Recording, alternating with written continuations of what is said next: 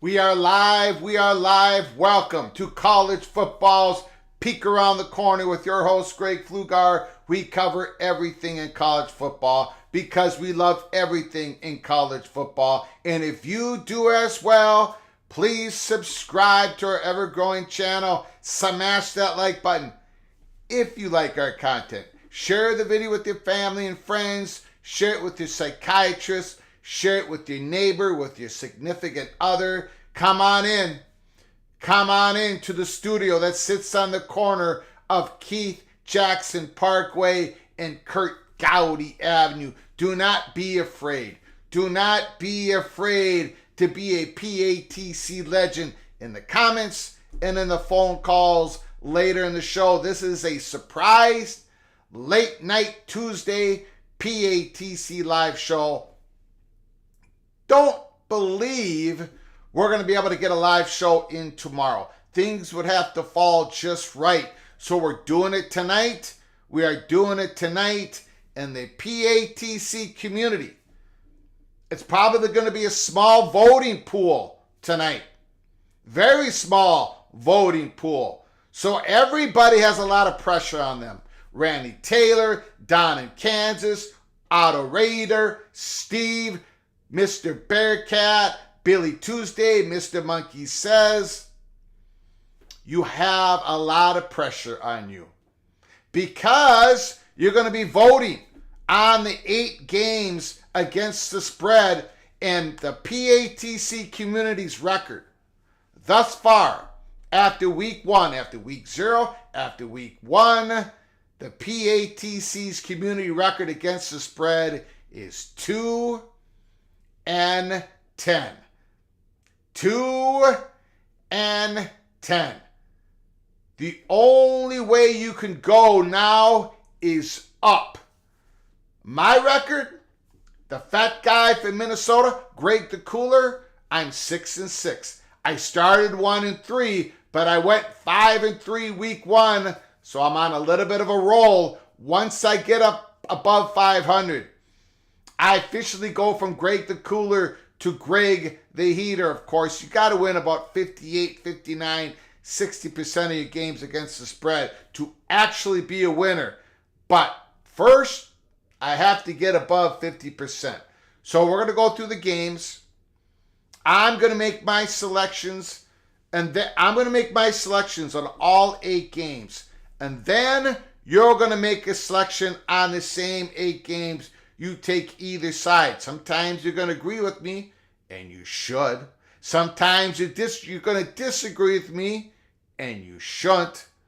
The 4 games that the PATC community disagreed with me last week, week 1, you all went 0-4. So, let's see what happens. I want to thank Don in Kansas for coming in the house. Otto Raider, Mr. Bearcat, Steve himself, Billy Tuesday, Mr. Monkey says, Ted Evans is in the house. Yo, Gary, we are Penn State. Randy Taylor, Mac. Okay, here we go. There's a small voting pool, so there's a lot of pressure on every single one of you. But first, I'm going to make the selections. The official PAT, Fat Guy for Minnesota selections, and then we'll get to yours. Here we go. Here we go. Now, I'm going to make a lot of people upset. I'm going to make a lot of people upset. Illinois +3, Kansas -3, over under 56.5. Ladies and gentlemen, a lot of people been throwing a lot of elbows at the performance of the schools in the Big Ten West in week 1.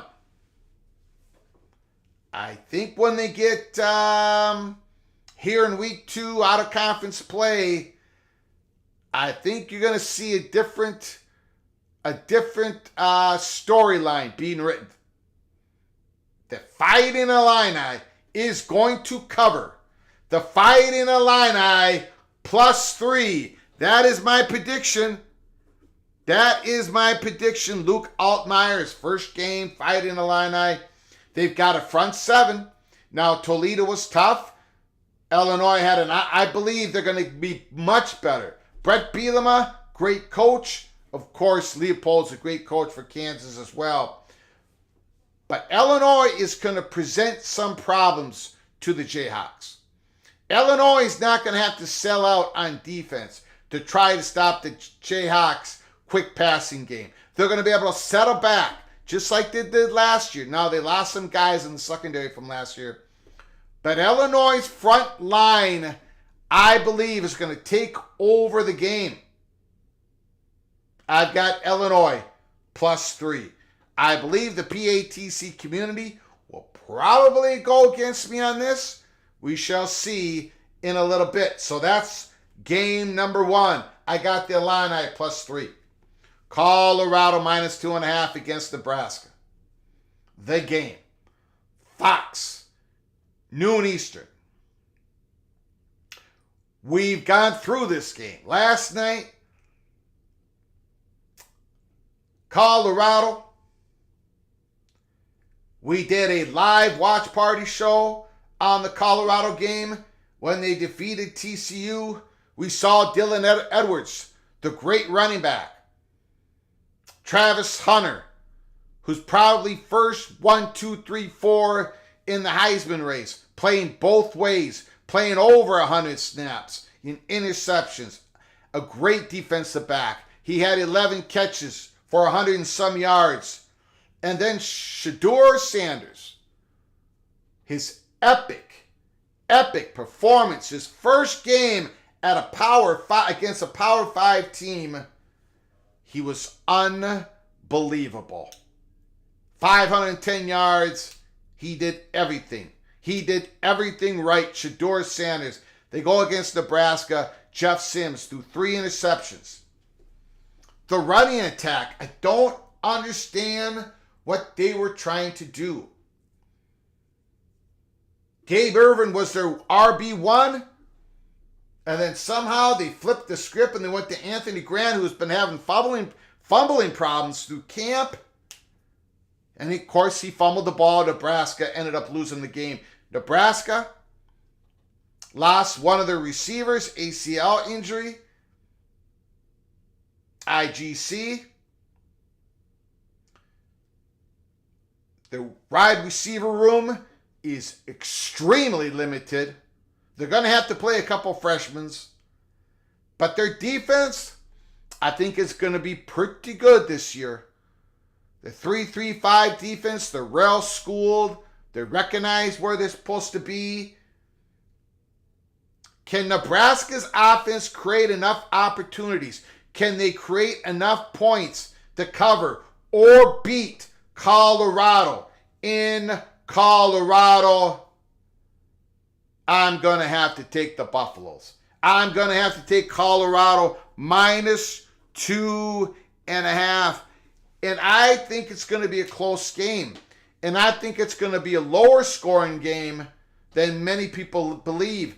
I was debating between under 58.5 or Colorado -2.5. But I got to say, Nebraska, even though this is their second game under Matt Rule, and I think they're going to be fine. I think Matt Rule is going to turn that program around. They are snake bitten.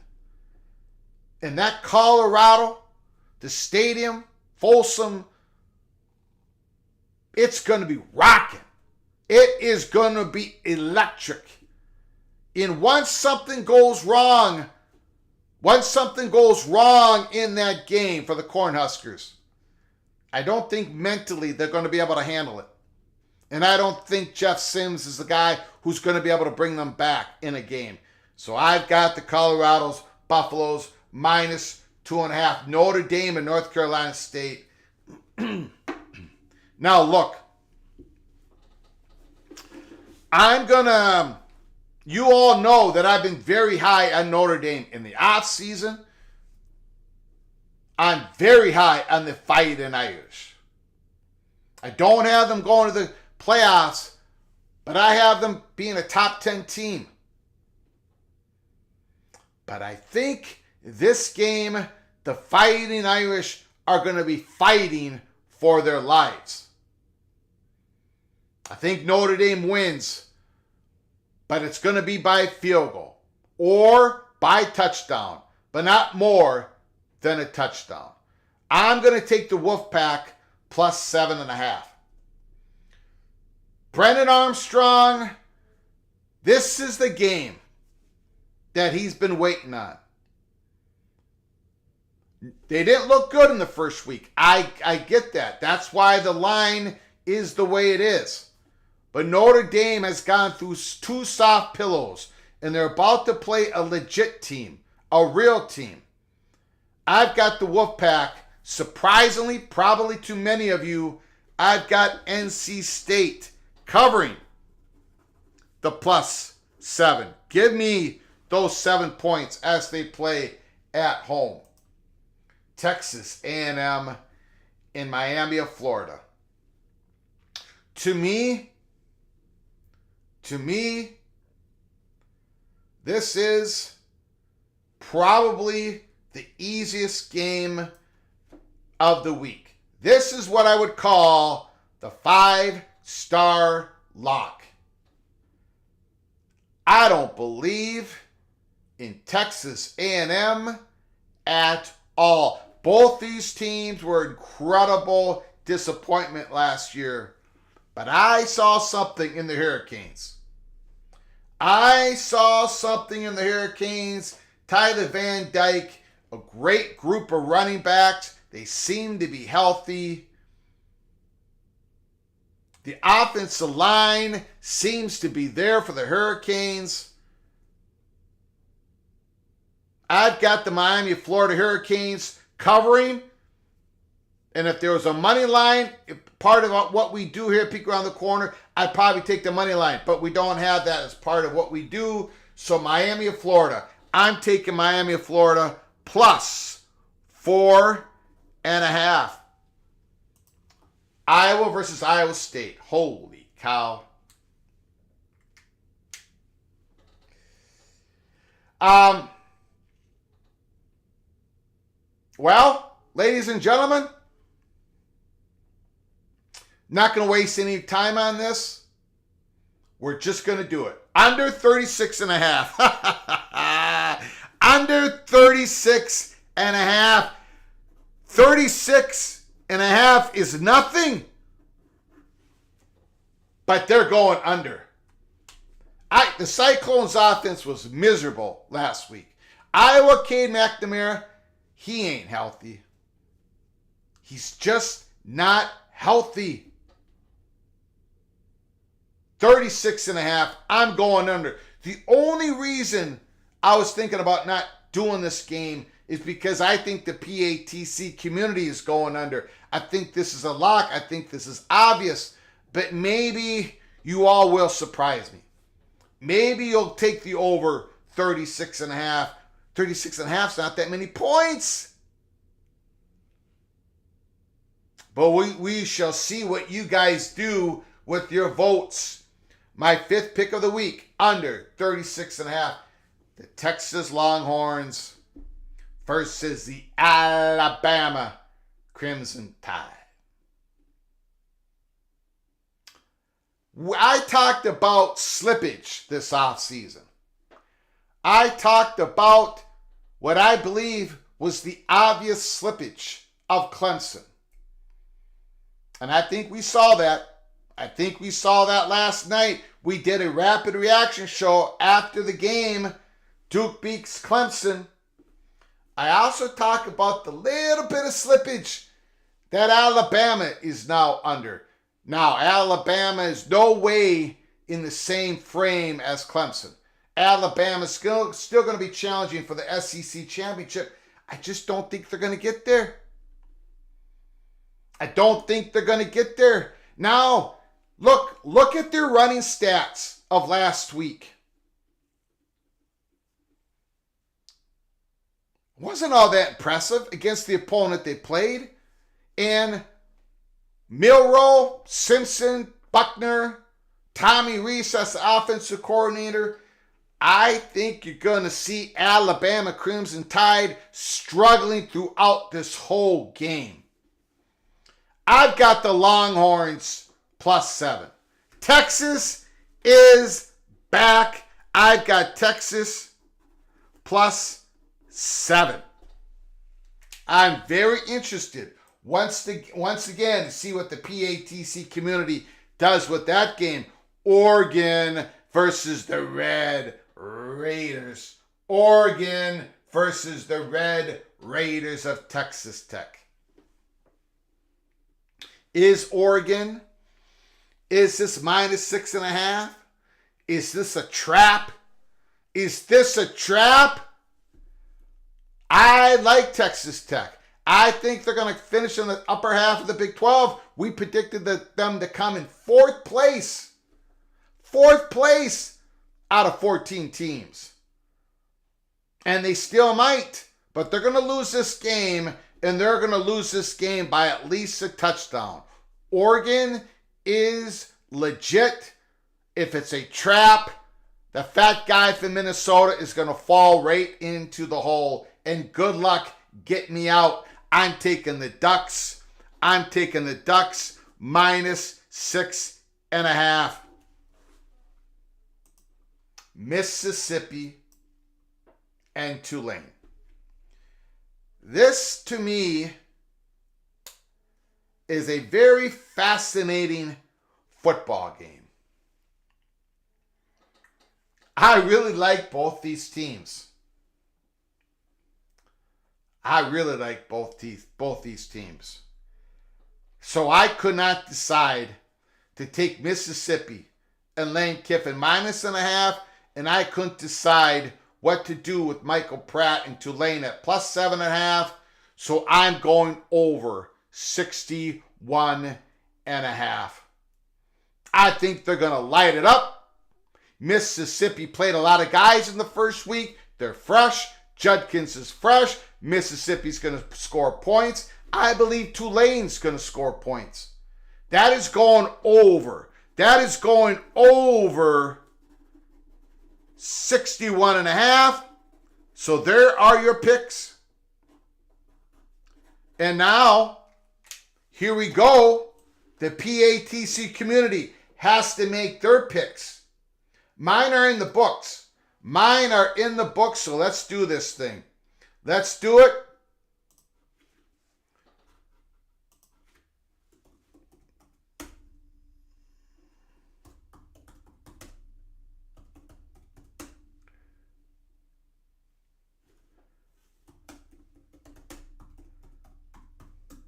The first poll question.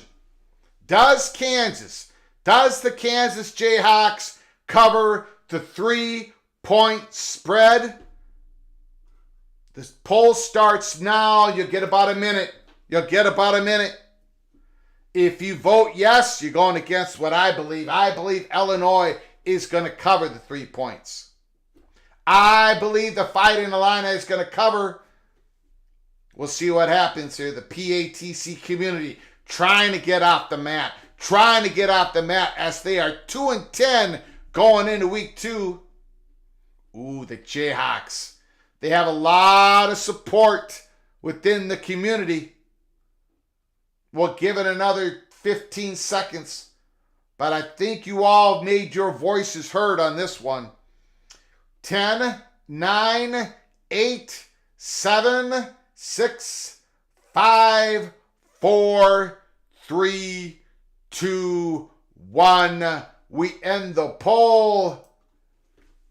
76% takes the Kansas Jayhawks. 76% takes the Kansas Jayhawks. Mark Ruckert saying Greg is a Big Ten homer. Mr. Monkey says, assuming Daniels actually plays. Very, very good point. Very good point. Okay. PATC community has already gone against me in the first game of week 2. Nebraska and Colorado. Nebraska and Colorado. Does Colorado cover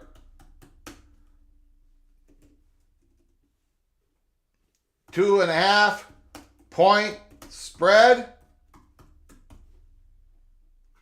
The poll, the question gets asked now. Does Colorado cover their 2.5 point spread?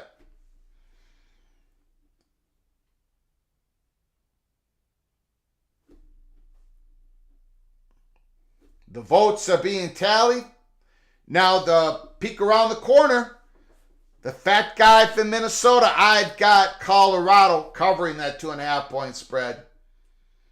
It looks like the PATC community is heavy on Colorado, is heavy on the Buffaloes.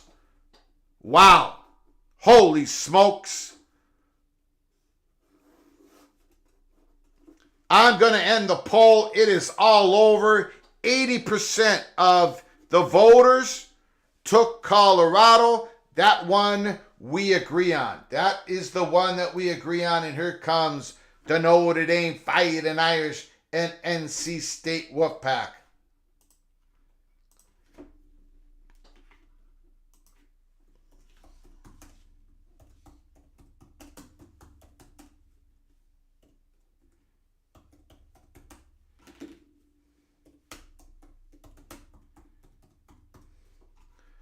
Does Notre Dame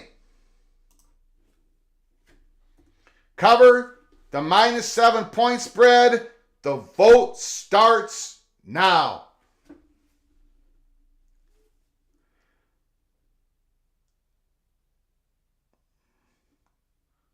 This should be very interesting.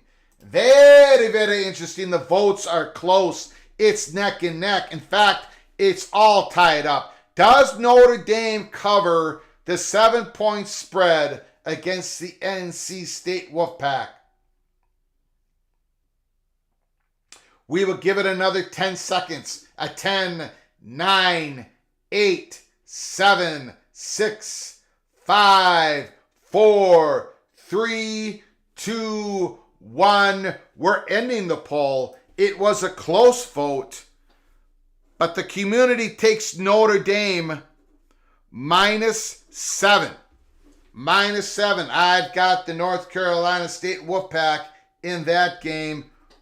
Now we go to Miami, Florida. Texas A&M.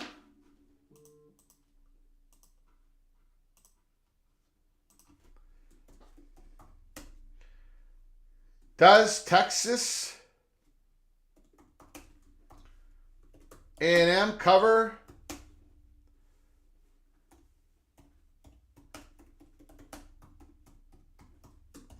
Does Texas A&M cover the -4.5 point spread? The poll starts now. Billy Tuesday says, I can't ever vote for Notre Dame. Mr. Monkey says, watching the votes come in is more exciting than watching a Nebraska game. Mark Ruckert says, never mind the Big Ten homer. Ooh, a lot of people are going against A&M.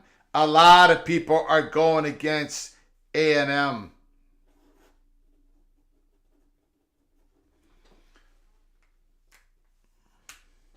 We've got a strong majority. We're going to all end the poll in about 5 seconds. 5, 4, 3, 2, 1. We're ending the poll. A strong 79% takes the Miami Hurricanes, just like myself. I think that is a 5-star lock. Okay. All right, now. Iowa State. Did I just pick the low-hanging fruit? Will the PATC community be more mature, more wise than myself in this game? I picked, the play is not -3.5 or +3.5. You cannot choose that. You cannot choose that. Here it is. Does the game go... Whoops. Does the game go over 36.5 total? Whoops. Total. Well, I'm having trouble here. Total points scored.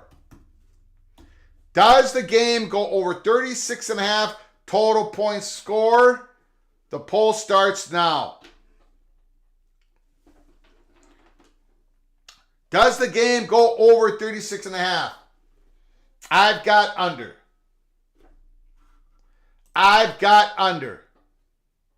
36.5 is not too many points, but I think that's going under. We got it 50-50, 52-48. No, 54-46. This has been our closest vote so far. 24 votes have been tallied. We got 5 more seconds to vote. 5, 4, 3, 2, 1. Very close vote. Oh, it's tied up. 50-50. We're in overtime. The next vote will decide it. Over, under. We need one more vote. Does the game go over 36.5 total points? Yes or no? Is there another vote? We got it. Yes. Yes, it does go over. Holy smokes. The community goes over 36.5. I went under 36.5. Mr. Monkey says, I'm shocked by this result. So am I. Although it's a very low total points. I mean, my goodness. 36.5 points.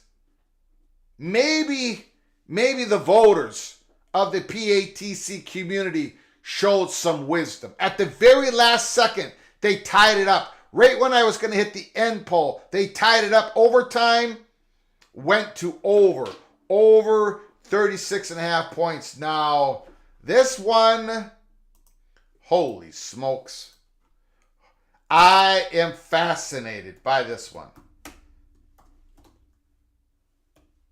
Does Alabama cover their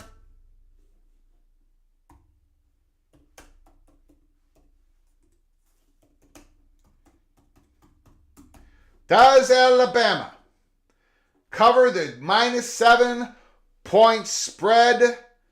The vote starts now. The vote starts now. Alabama -7 over Texas.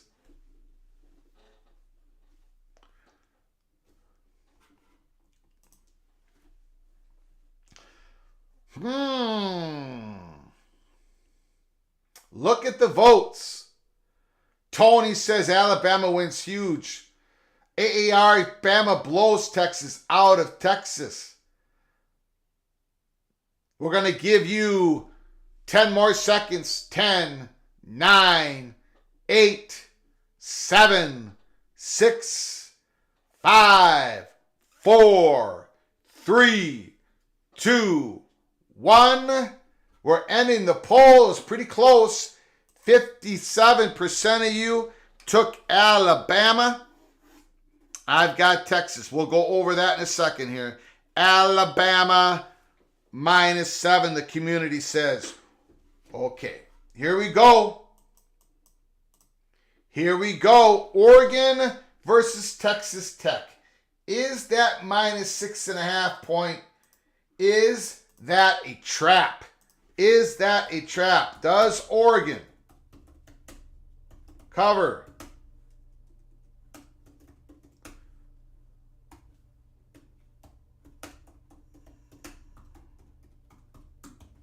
Does Oregon cover their -6.5 point spread? The poll starts now.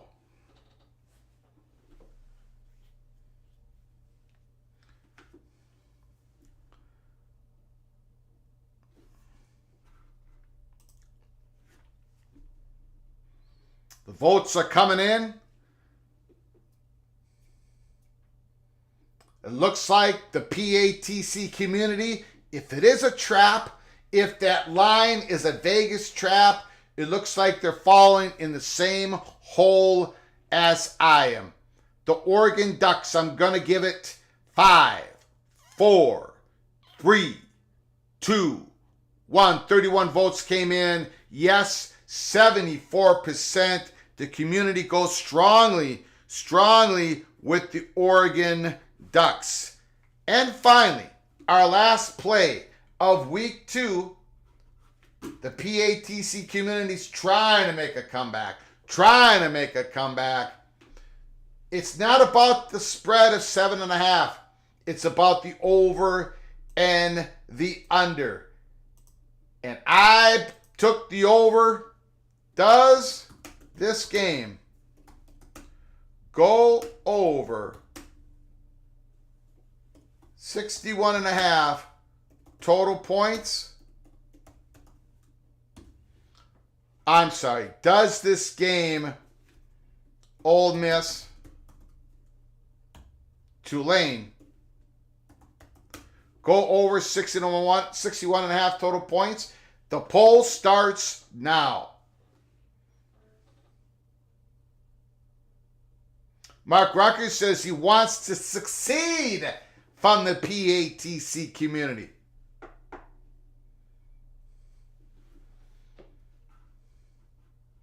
Steve says Greg types slower than I do. The miracle of the green waves, AAR. Right now, the community agrees with me. It's going over 61.5 points. We're going to give you 5 more seconds. 5, 4, 3, 2, 1. We're ending the poll. 63% says over. So this is what we got, ladies and gentlemen. This is what we got. Illinois game. I've got +3. Illinois covers.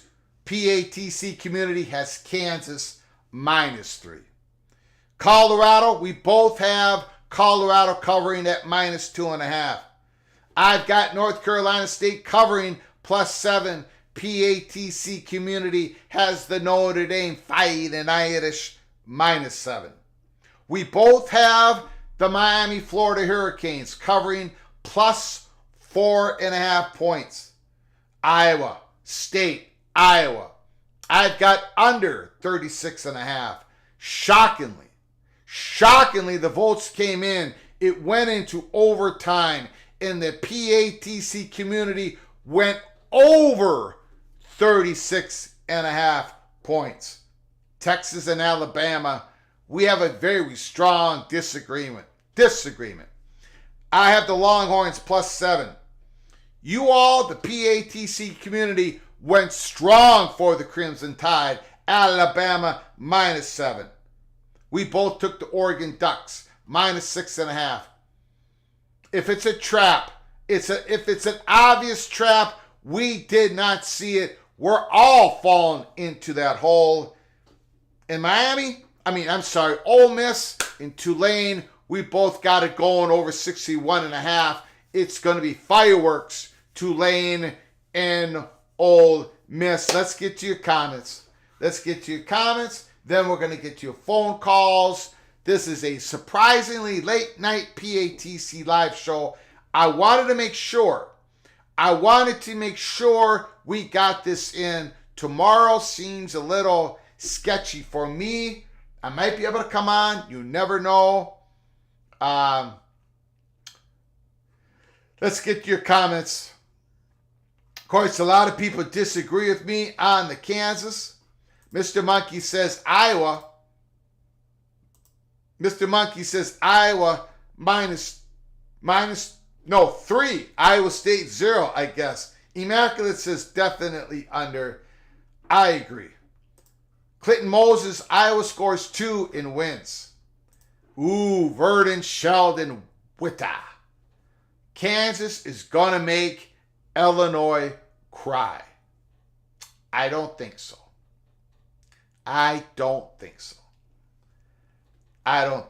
Well, we shall see. Sorry, General, they barely put away Toledo. I get that. I get it. A lot of people are jumping on. Look, I'm the most guilty of overreacting.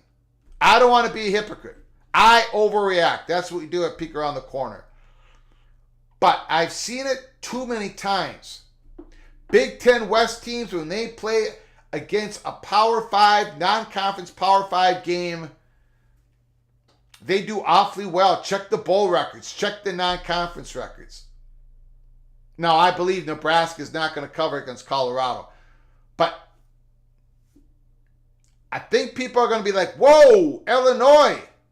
That front seven, very difficult. Kansas is going to have a tough fight on their hands. I got the Fighting Illini +3.5. Don in Kansas, of course, disagrees with me on Kansas. Illinois game, and he looks like he disagrees with me on the Longhorns. No faith in Ewers. Texas wins outright. Caden's dad. Oh, Auto Raider. Even I'm not betting on Tech. So much preseason hype for Texas Tech. Again, they lost. It was one game. Let's see how it plays out for the Red Raiders in Big 12 play. Let's see how it works out. Jer Jones is Oregon by 1 million.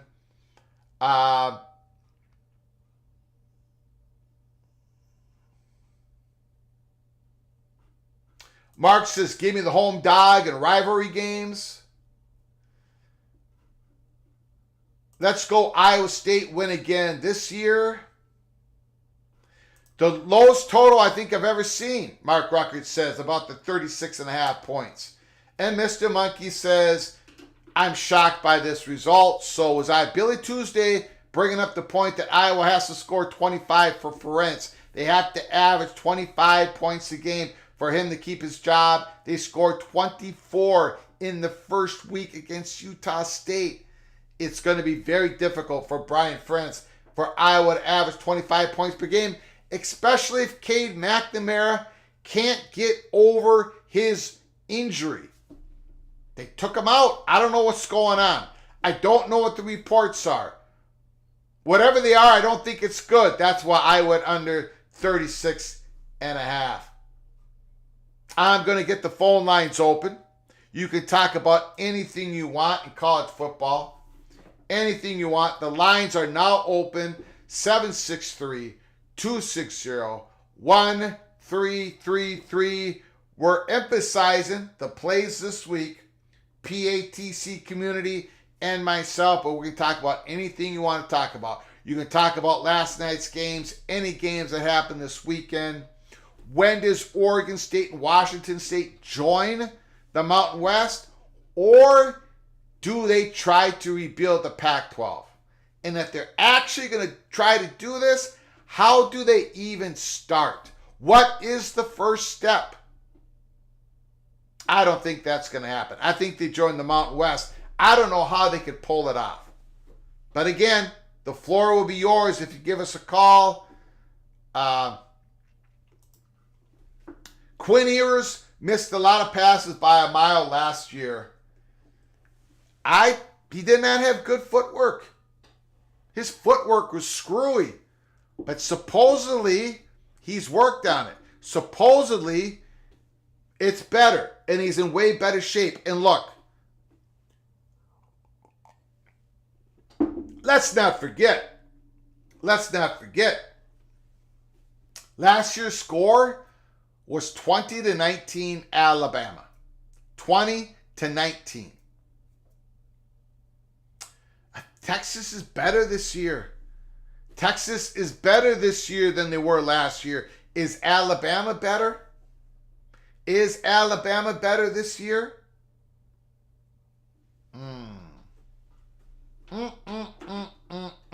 AAR. Jayhawks of Kansas. No Bryce Young. We'll see what Tommy Rees does in that game against Texas. All eyes on the offensive coordinator for Alabama. I'm putting that out there. All eyes on the offensive coordinator, Tommy Rees.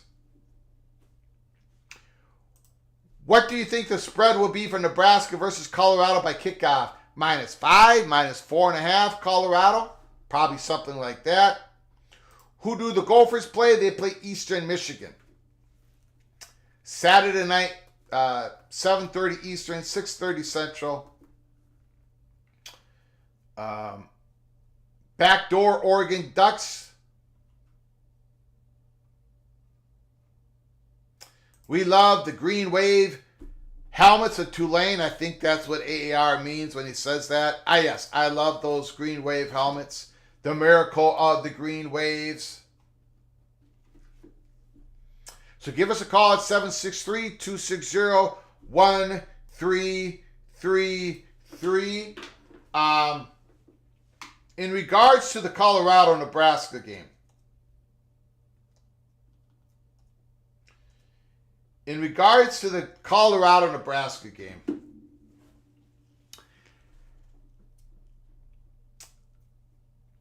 I think it's going to be a competitive, tight game.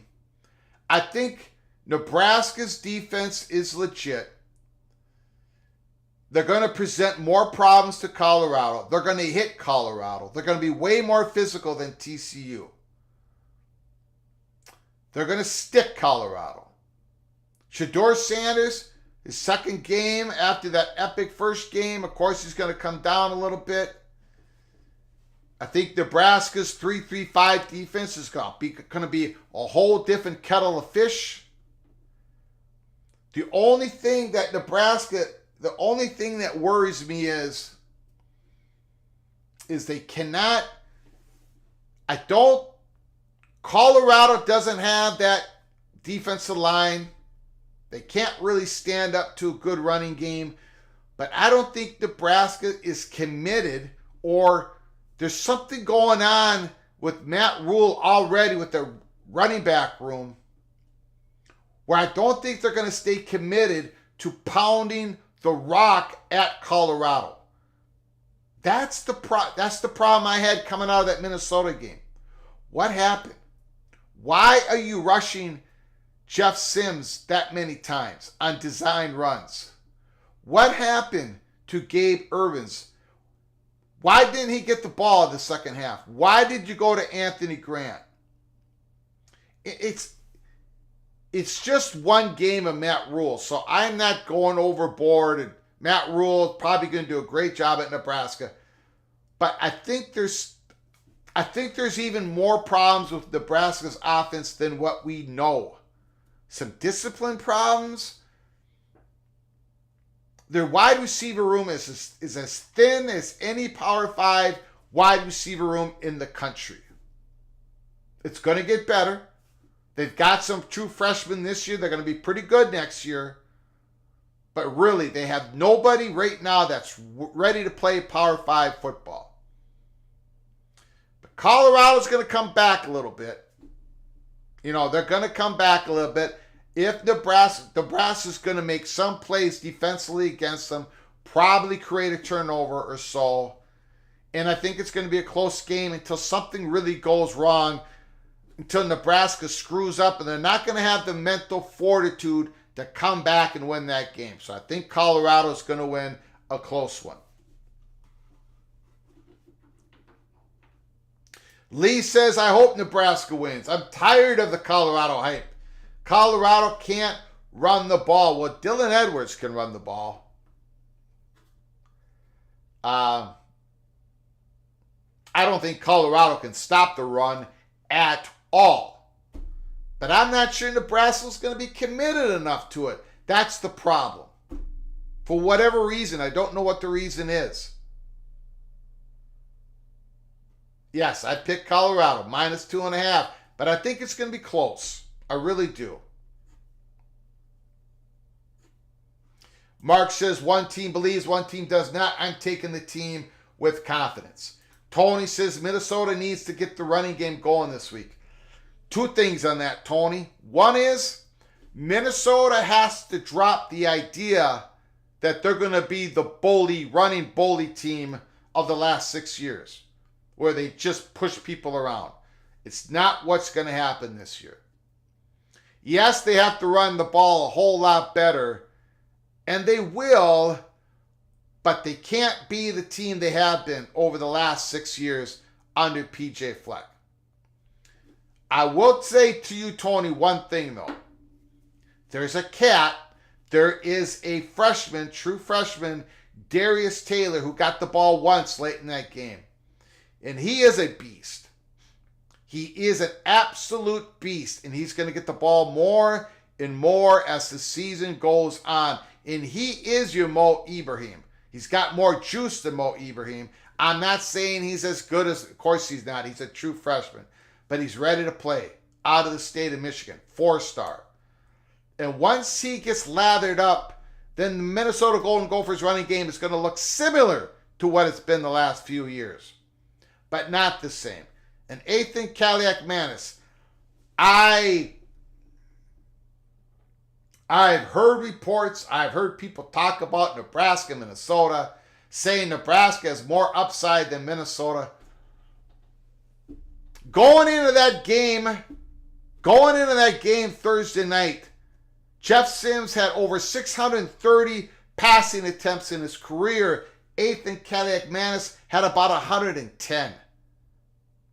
And who was the more polished quarterback? It was Kaliak-Manis by far. Did he make mistakes? Yes, he's going to continue to make mistakes. But he's a much better quarterback than Jeff Sims. And he has just started his collegiate career. So, pump the brakes. Minnesota's going to be fine. They're taking a step back from the last few years. I still believe they're 6-6, 7-5. But they're going to show more than what they did against Nebraska. But you got to tip your cap to the Cornhuskers. The 3-3-5 defense, the way that Tony White coaches it, Nebraska's got a bunch of experienced players, men. They've got a bunch of men in the defense. They were ready. They're going to be ready against Colorado. That's why I think it's going to be a very close game. TCU averaged 70 yards per carry. Yep. Bailey and Saunders, they should have gave the ball more to Bailey. And I think Nebraska's going to be able to do the same. But will they be committed enough to it? And they're going to run Jeff Sims too much. And he's going to get hurt real soon. He got hit in that game against Minnesota. You cannot have your quarterback lead your team in running in the Big Ten. That's what Scott Frost did. And his quarterbacks all got beaten up. So why is Matt Rule following the same suit? There's something going on in that running back room. Anthony Grant can't hang on the ball. And why is Gabe Ervin only touching the ball in the first half? Did he get injured? Did he get nicked up? What about Raheem Johnson? I don't think Matt Rule has his team figured out yet. And honestly, it's okay. It's only week 1 of season 1 for Matt Rule. That's why I don't think they're going to have enough to beat Colorado. But I think it's going to be a close game. Tony, 10-2. You need to send me some Kool-Aid. 6-6, 7-5. I agree with that for Minnesota. I agree with that. Nebraska lost to Minnesota. I think they're going to lose to Colorado. Northern Illinois is going to be a pretty good game. Northern Illinois won that game in Boston College, but Rocky Lombardi, the quarterback, didn't have a good game. Boston College really blew that game. Call from Steve, Bearcat Steve. Emory Jones throwing the ball all over the place. What's up, sir? The floor is yours. Well, with our due respect to Eastern Kentucky, I think Pitt's going to be a little bit of a different animal. Yeah.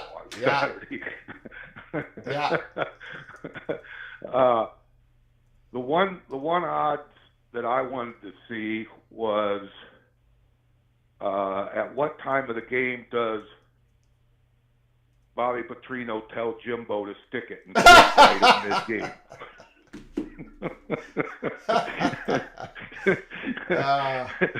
Now, isn't that a marriage game? You know, that's I don't see how that's going to work out this year. But I don't. They surprised us all. Yeah, I agree with you. Surprised us all. Miami, Florida, plus 4.5. I think the Hurricanes got a real good shot at winning that game. Well, it'd be nice if Miami could get over 20,000 people out at Hard Rock Stadium once in a while. Yeah. You know? Yeah, that's true. That game day atmosphere isn't great there, Greg. No. But maybe they'll show for this game. Yeah. You know, it's a chance for Miami to beat an SEC team. And I'm with you on Van Dyke. I think the kid stays healthy and the offensive line stays healthy. Yeah. I think he's going to have a really good year. Yeah. So I don't know. Cincinnati on the CW, Steve. Yeah. 6 o'clock. Yep. Going to be interesting just to see how that whole broadcast plays out for the first time. Are they using Raycom though, Greg, or is that the deal? That's who's going to produce the game. Yep. Raycom's going to produce it. They've been doing it forever. That shouldn't be too bad. No, it'll be fine. Good job. Yeah, they're doing a pretty good job. One other thing, I messaged you earlier. Matt Rhodes didn't exactly. Yeah. If you watch that interview, if I'm Miranda, I'm thinking the seat's getting a lot warmer. Yeah, and this this surprises me. It surprises me how Rhodes said it. I watched it after you sent it. I had somebody else sent something to me. I've got some real good people that I communicate with who are Baylor guys, and I'm shocked by this because Dave Aranda is the real deal. It's just gone pear-shaped on him, and I think it's just been a complete miss in recruitment. I don't even think. Well, the people I talk to don't even think it's about development. I think they've just missed. I think they've taken guys that just aren't going to be able to do it for them. And, of course, the quarterback, who I thought was a very promising quarterback 2 years ago, Blake Shapen, he got injured, and now they're in trouble. Yeah. And Shapen's the type of kid that he'll lay it out there, and that's probably one of the reasons he gets hurt a little bit because he goes full go all the time, and that's tough on him. The other thing I wanted to bring up, Greg, is an alum from Virginia Tech wrote an open letter. I don't know if you got to see that. No. Just ripping the ACC. Just saying the biggest mistake Vautech ever made was joining the ACC. The ACC's done nothing for them. Oh. Yeah. It was a pretty well written article. Can you send that to me? Sure. Thank you, sir. Appreciate it. Yeah, I'd love to read it. It wasn't a long letter, obviously, but it was pretty much to the point. It was pretty damning of the ACC from his point of view of what they promised, and I think part of what they promised was more. I don't know how to put it, Greg. More competitive balance nationally, I guess I want to say. Yeah. And but yeah, I'll get that sent to you. Anyhow, as Yogi would say, here in Ohio, it's getting late early out here, buddy. Got it. I'll let somebody else. All right. I appreciate it, Steve. Thank you, sir. Take care. Mr. Bearcat. Yeah, we'll see. Yep. All right. All righty.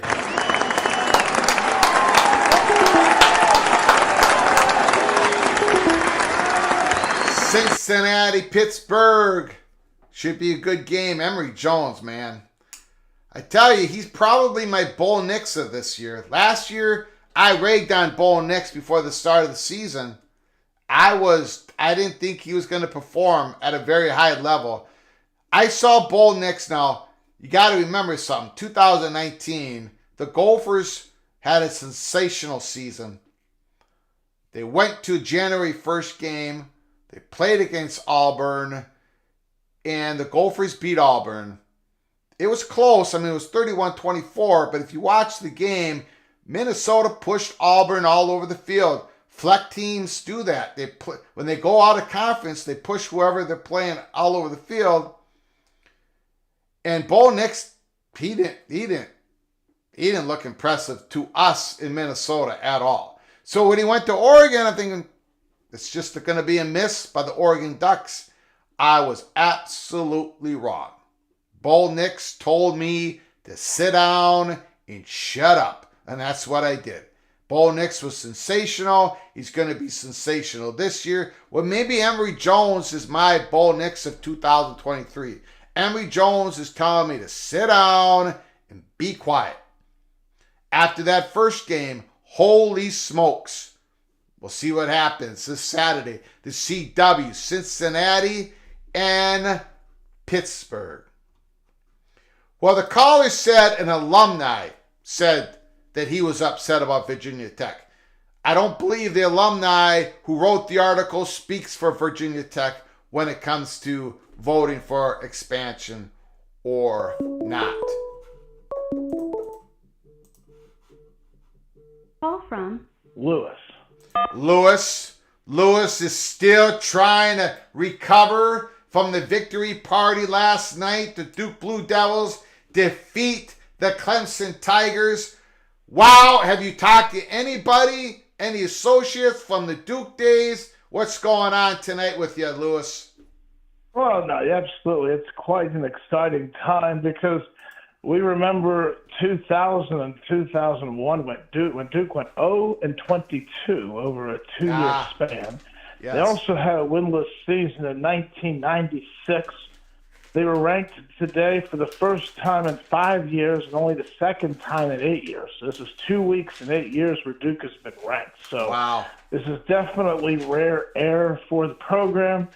And so, yes, everybody's happy. And so I wanted to make 2 points. And yeah. That's all this evening. The first point is certainly a lot of talk, a lot of buzz about the game. And there's no doubt that enough of college football, beyond people who just follow realignment, follow it to know that you have a demarcation between the blue blood brands, and everybody knows who they are, the approximately 20 or so brands. They're the blue bloods, and then everybody else. And there's some tweeners in there, and then you have your middle class. Yeah. And Duke's solidly in the middle class of college football. It's not the lower middle class to some degree, maybe not for a university and for resources, but just as far as their record and winning. And there are a lot more fans of the lower middle class collectively than there are of the fans at the top, or at least it's pretty equal. And this win reverberates. People enjoy seeing a blue blood get knocked on their butts. It doesn't happen that often, and it's not going to happen to all of the blue bloods at one time, and somebody from the group of 20, if you will probably end up winning the national championship this year. But that resonates, and that's why it is hoped and why it would be very bad for college football if 20 or 30 or some smaller group of teams just broke off. Yeah. Because you're taking too many people out of the game, and you're taking away the story. Maybe you don't need 130 people playing in the same division, but you need at least 60 or 70, and hopefully that's what comes out from this. But I think you'll continue to see that. And the other point is, from this week, is clear about the transfer portal and how it changes and just how radically college football has changed in so few years. Now, who would have thought Deion Sanders or anybody could do 85 new players, get them in sync offensively, get them in sync defensively, no experience playing with each other.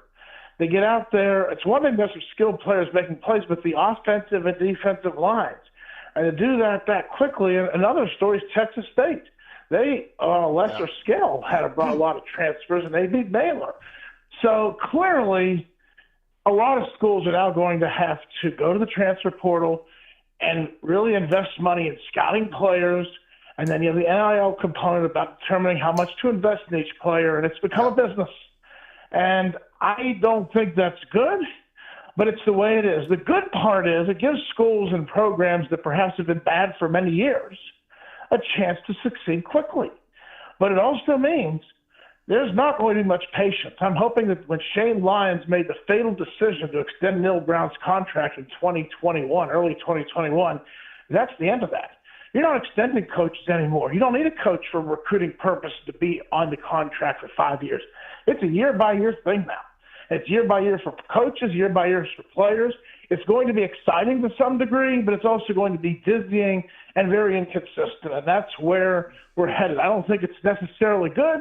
And at some point, we'll start losing some fans, some people that just are too much for the pure college football. This is just becoming too crazy. But that's just the way it is. Good or bad, that's where we are. But we do need to keep the good part of it is it does give hope to programs that have been down. If they make the right decisions, hire the right people, and get the right players, they can win quickly. And that's the good thing. The bad thing is it's dizzying, it's heck, and it's inconsistent. So that's where I see college football going. It's not always good. But the bottom line is it's where it's going. And so you either get on the program or you get left behind. And I fear West Virginia will get left behind because they can't afford to fire Neil Brown, and that's just killing them. But they can't afford to hire someone to fire him, and they're not able to move forward. And so we'll see but Duke was able to move forward. Other programs haven't. It's going to be a drama that's going to play out every week now. You're going to be looking to see who's challenging the Blue Bloods and who's winning with a lot of transfers. Those are my points. Have a great evening, Beautiful. And we'll see what happens in week 2. Thank you, Lewis. Beautiful. Thank you, sir. Mr. Blue Devil. I like when I wrote this down. Lewis said, taking away the story. Taking away the story. If you limit this game, the highest level of competition, if you limit it to 28 or 38 or 36 or 40 schools, if you limit it just to SEC and the Big Ten, or they break away themselves, you're taking away the story. You absolutely are.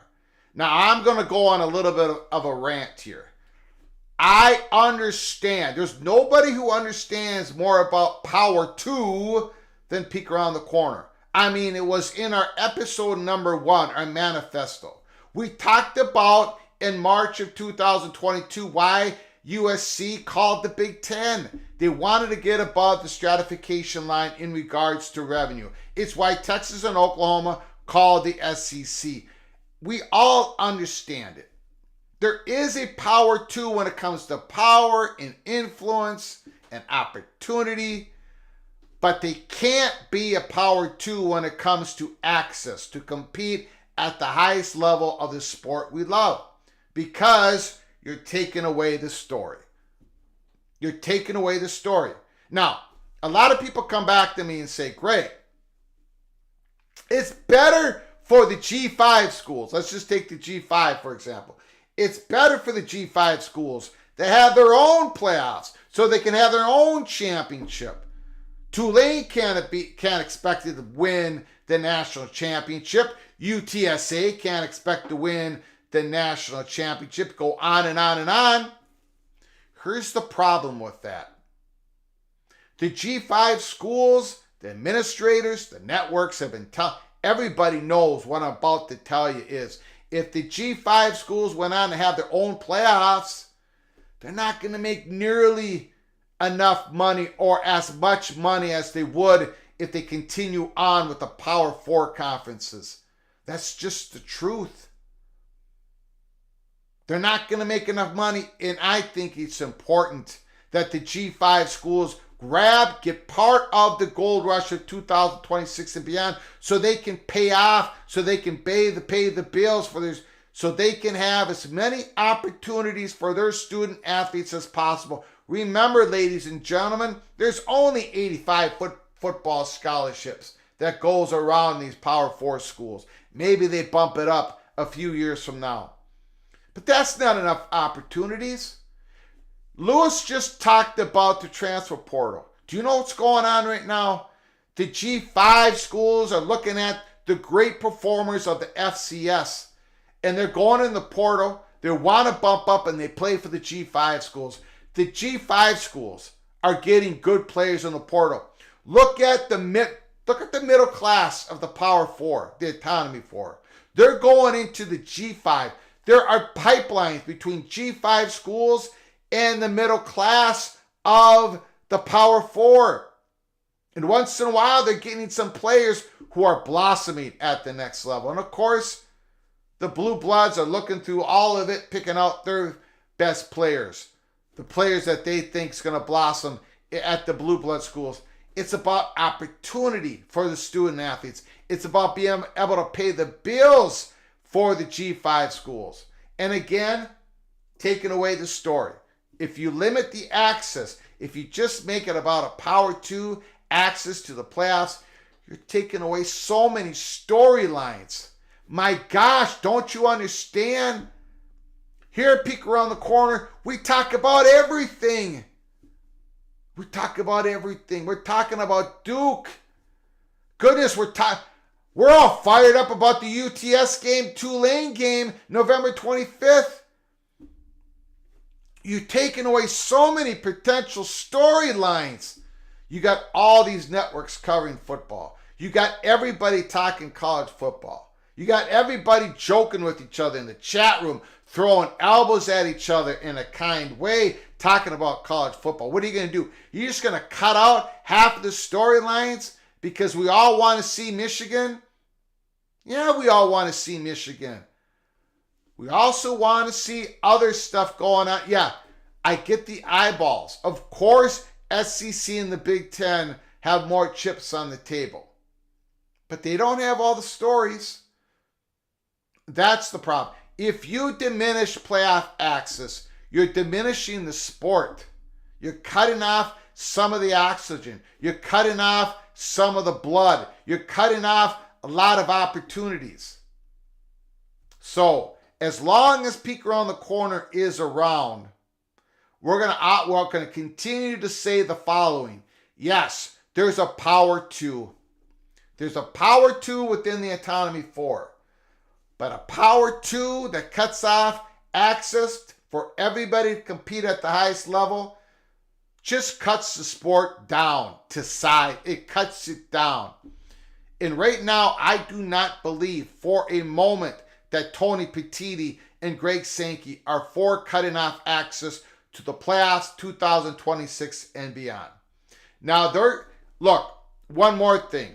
You're going to read stories. You're going to hear stories. People are going to leak information. Cloak and dagger, cloak and dagger, cloak and dagger. There's going to be stories out there saying, you've already seen them.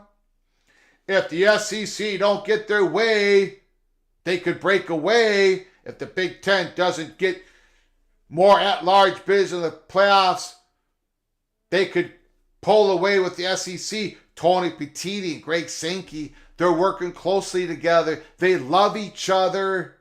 You're already hearing these stories because it's leverage. It's cloak and dagger. They have a lot of chips to play, and they are going to play their chips. They're going to play the aces in the hole that they've got. Of course they are. But at the end of the day, I don't believe that there is interest in cutting off the legs from the G5 schools. And of course, there's no way they're going to cut off Big 12 and ACC's access to the college football playoffs starting in 2026. I think it's the most ridiculous idea that I've heard in a very long time. And of course, the people who are pushing this stupid idea was the person who did not understand that USC was leaving the Pac-12, that did not understand that Colorado was going to the Big 12, who's gotten every single thing wrong, and now suddenly P2 is coming. They're going to cut off access for everybody else. It ain't happening. It ain't happening. As long as Peek Around the Corner is here, we're going to be pushing against it. Now, get back to your comments. Get back to your phone calls. 763-260-1333. It seems like many people in the chat enjoy the small schools beating the big schools. Of course, it's David and Goliath. We have it in basketball. We have it in all sports. So we have it in football. It doesn't happen very often, but it happens. It happens once in a while. Once in a while. Greg is on a late night rant. Don't socialize the college football playoff system. It's not socializing it. It's not socializing it. It's not social. The NCAA basketball tournament, do you think it would be better for the sport if it was just the Power 6 conferences in basketball being in the tournament? No. It's not better for the sport. Of course it wouldn't be. Of course it wouldn't be. Now, the Autonomy 4 conferences, they're going to make more money. They're going to get all the bids except for maybe one, right? They might even have to change. They have autonomy, so they're going to make decisions. They're going to do things that your G5 schools can't do. Everything from communications to the helmets. But I don't think you cut off access to these schools, you're cutting off a whole lot of opportunities. That's what I'm saying. And I don't think we want to do that. Or if we do want to do that, if we just want to make this professional, then go all the way with it. Go all the way with it. Have a draft, right? No one wants to do that. The Blue Buds don't want to draft, do they? Do they? So, compromise. No draft, no salary cap. So, create enough democratization in the sport that everybody has dreams and hopes at the end of the year, if everything goes perfect, that they could possibly make a playoff. That's what we're at Peek Around the Corner is going to push for as long as we're a college football YouTube channel. What's your one lock this week? Ray LA $2 chat. I appreciate your generosity to the show. Miami, Florida, plus 4.5. Miami, Florida, plus 4.5. I think they're going to beat Texas A&M. And if not, it's going to be nipped at the wire. Miami, Florida, 4.5 is my 5-star lock of the week. JB, and in the background of all this is Charter versus Disney. Charter wants to unbundle sports programming from non-sports. If successful, others will follow. Could affect media money revenue stream.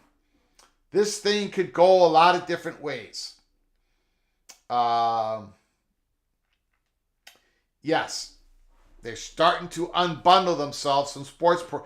Live sports was the one thing that drove ad rates, right? Live sports is something that you can't DVR. Live sports made it so you knew that the consumer was watching the ads because they were watching live sports. Call from JD. JB, the floor is yours. What's going on, sir? How you doing, sir? Good, good, good. Getting ready for the Gophers Saturday night. There you go. I tuned in a little late, but I just caught what you were talking about with Miami. Yeah. I'm not trying to change your mind, but I'm trying to change your mind. Here's the thing. Mario's not a good game day coach. He's not. And Tyler Van Dyke is a one-read quarterback. He doesn't do well when he checks down. All right. And now they could fool me. But you notice the games last year whenever, and I forgot the OC that they brought over, from Michigan? Yeah. Tyler Van Dyke was successful when he had, Lashley? The SMU coach there. Brett Lashley, It was read. It was always just a one-read thing. It wasn't, read, check, checking down all your different options. And, I'm not saying this just because I'm a Seminole, but Mario is notorious for not being a good game day coach. He really puckers up. If you watch him, if you watch the game this week, hey, if he changes from his past behaviors, then so be it. But if they if they beat A&M, what that really tells me is that A&M has still got a toxic culture there. Something's still broken. Now, I have not done a deep dive on A&M's roster. I just know the way Jimbo's been recruiting, that I'm assuming they're still stacked. I watched a little bit of Miami game last week. The defensive line is young. They've got some athletic ability. Mm-hmm. I wasn't super impressed with their offensive line. And Van Dyke he did better, but he's not to where he was 2 years ago. And you wonder if he's completely recovered from his injury. Mario threw him against FSU last year with a bum shoulder. Yeah. And something got into that kid's head. I don't know if he's shaking it off. Granted, we've only seen one game. But, the talent differential, granted, they beat Miami of Ohio pretty handily, but still, it just doesn't. We'll see if they turn the corner. I imagine they'll probably win 6-7 games this year. Maybe they surprise and win 8. Now, they've got some really young talent. I think they've got a few young 5-stars on there. But, we'll just see how that turns out. But anyway, I'm just throwing my opinion out there. I think being wrong. I appreciate it. I really like Miami's running backs, though. Parrish, Fletcher. Huh? I said they've got some talented young players. And Chaney, who, if he can stay healthy, I understand the Van Dyke, the one read thing. I do kind of see that as well. But Texas A&M. Now, last year I did a deep dive on Texas A&M. Of course, I'm not sure what's brewing there this year, right? But Jimbo Fisher's team at Texas A&M, they were almost dead last in big offensive plays.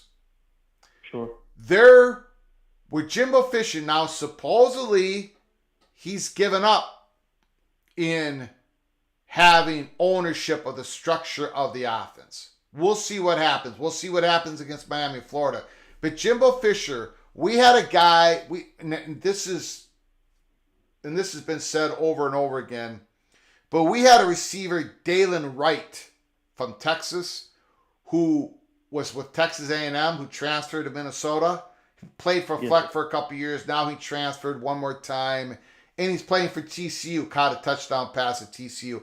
Had some big games for the Gophers, but wasn't consistent. But he couldn't get on the field at Texas A&M. And he came over to Minnesota. He talked about Texas A&M. And there's been other examples of this where Jimbo Fisher's offense, now this is before Bobby Petrino, was so confusing to the wide receivers that they had to memorize all types of route trees based upon real time, what was going on, it was too much of an NFL type of passing offensive attack that Jimbo Fisher couldn't get his true talented players on the field. And so what happened was Texas A&M, if you go back to the statistics, the last couple of years, they couldn't make any plays downfield. There was so much confusion in that offense that they internally at Texas A&M, someone finally tapped them on the shoulder and said, whoa, you got to change all this. And that's why they brought Bobby Petrino in. We'll see against Miami, Florida, if this is a different Texas A&M offense. We'll finally see it. But you're exactly right, and that's the one thing we knew about Jimbo at FSU. He would not adapt to his players. He always expected the players to adapt to him. So he would force a particular, like you said, he would have his offensive. Don't get me wrong, Jimbo's a very intelligent person, and he can tell you about a play that happened in a game 10 years ago, down distance, exactly what happened. But that's why when he had Jameis, the reason FSU was so successful those couple of years, Jameis got Jimbo's system. He knew it. And so those two, the way they communicated, it all worked. But since then, no quarterback for Jimbo when he was at FSU has been actually really no quarterback that Jimbo's had since then has had an excessive amount of success. Some success, but not like exceeded expectations. Yeah. The few successful seasons that Jimbo had at FSU after Jameis, Dalvin Cook was the savior. He carried the team. Yeah. And so, no, you're exactly right. That's why they brought in Petrino. Petrino, you hear people talk behind the scenes. He's not a good guy, but he's a good offensive coordinator. Yeah. He can score points. And that's the reason I lean that way. Now, I could be proven wrong. Yeah. And but that's just kind of my gut. Yeah. So Texas A&M's running game against New Mexico wasn't very good either. They had one long run. Other than that, they averaged close to about 3.5 yards a rush, 3.8 or something like that. So yes, sir. We'll see. We'll see what happens. But that's my 5-star lock, and I'm sticking to it. And we'll see what happens. Okay. Well, like I said, I would feel remiss if I didn't say anything about Miami because anybody betting any money on it, I might pick another game. But and I like your concept as far as the P2 or college football playoff. I think once they get the SEC and Big Ten kind of squared away with who's ever going to go there, I think they'll be able to filter back down and kind of reassess the ACC and reassess Big 12. I would like to see some of the G5 schools. When I say do their own playoff, I'm talking about maybe schedule a 10-game season with an extra 1 or 2 games of interconference playoff so that they can find their own seed to throw into the playoff. Yeah. But you know what? That to me, whatever G5 school gets to the playoffs is your G5 champion. Really. You know what I'm saying? Exactly. Yeah. And I think they need to figure out a system to find that. Yeah. So whether it's 2 or 3 conferences or 4, Yeah. I don't even know how many G5 conferences there are. There's 5. There's 5. Yep. Okay. They do their own interconference playoff to be able to have that G5, like you said, champion that goes into the playoff. That creates more viewership for them because everybody likes a playoff. Even an FCS playoff gets viewership, in December while everybody else is waiting for bowl games, or I say, FCS. Mm-hmm. And even Division II gets viewership. So that's the opportunity for them to make more money. But anyway, I'll ramble on all night. Yep. I appreciate it, sir. Appreciate it, JD. All right. Thank you, sir. Mr. Seminole.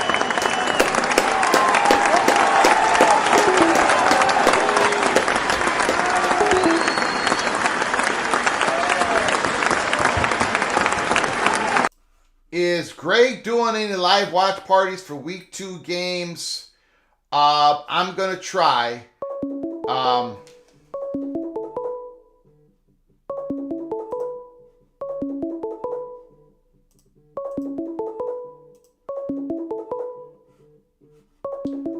Whoa, we're having problems here. Having problems with the phone line. Call from Crab cakes and football. Crab cakes and football. I'm sorry about that. We were having trouble with the phone lines. We got it squared away. What's going on, sir? What's happening? Oh, nothing's happening. I just got to thinking, is this the weekend that all 3 SEC big game teams lose? Alabama falls to Texas. Tulane upsets Ole Miss. I don't really think that'd be much of an upset. And then on top of that, Texas A&M yet again loses the big game, this time to Miami. Interesting. Because that's the way I'm looking at it. Because I mean, you're good. Texas A&M is good for one loss against somebody they shouldn't lose to. They did it with Appalachian State last year, and they're probably going to do it to Miami this week. Like you said earlier, Alabama had a 1-point victory last year on the road.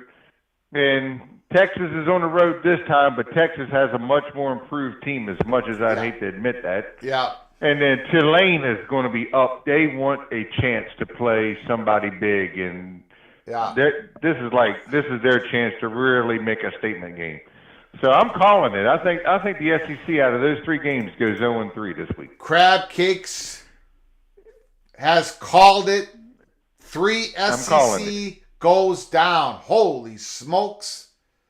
And that would put a wrinkle in everything when it comes to college football playoffs. Yeah. The only one that can hide from it would be Alabama because they're actually playing Texas and they might be able to sustain a loss. Yeah. I don't think the other ones are at that level yet.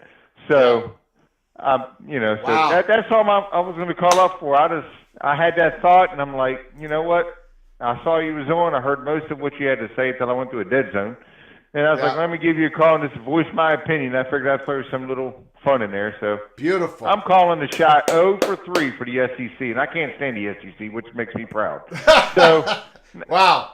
So, all right, man. I just want to throw it out there. You're either onto something or you're on something, Crab Cakes Football. Appreciate the phone call, sir. Oh, not a problem, man. Talk to you later. You too, sir.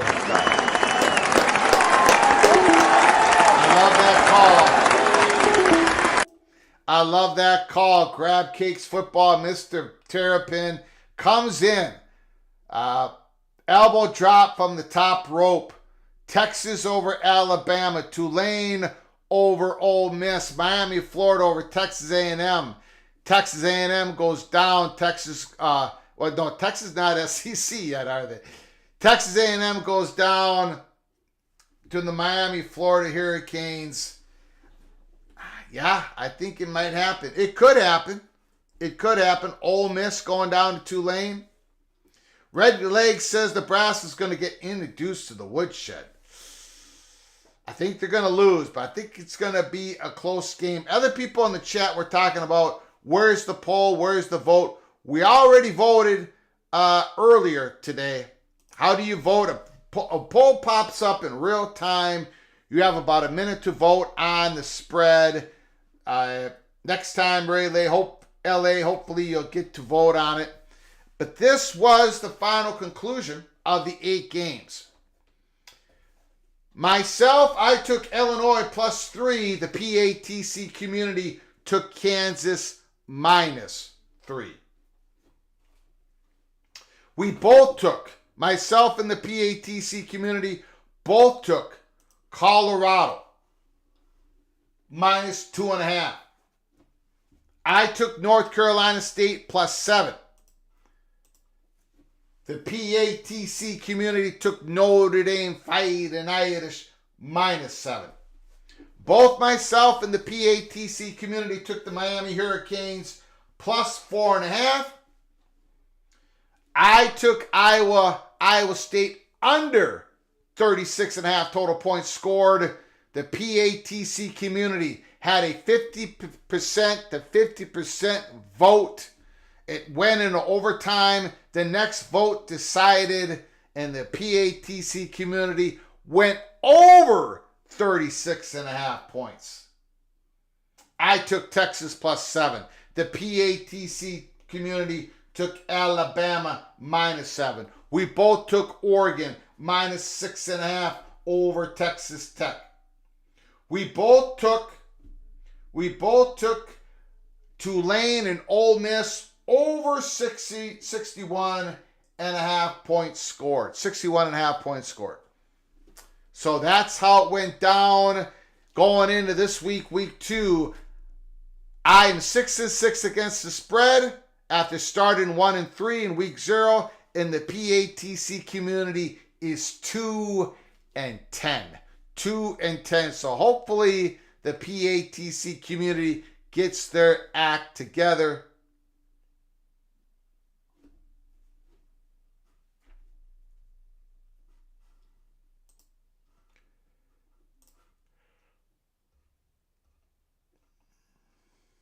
I wish I could take Crab Cake's money on that. I think there is a couple other SC schools that could lose. Minnesota is awful. Minnesota 6-6. Red Legs.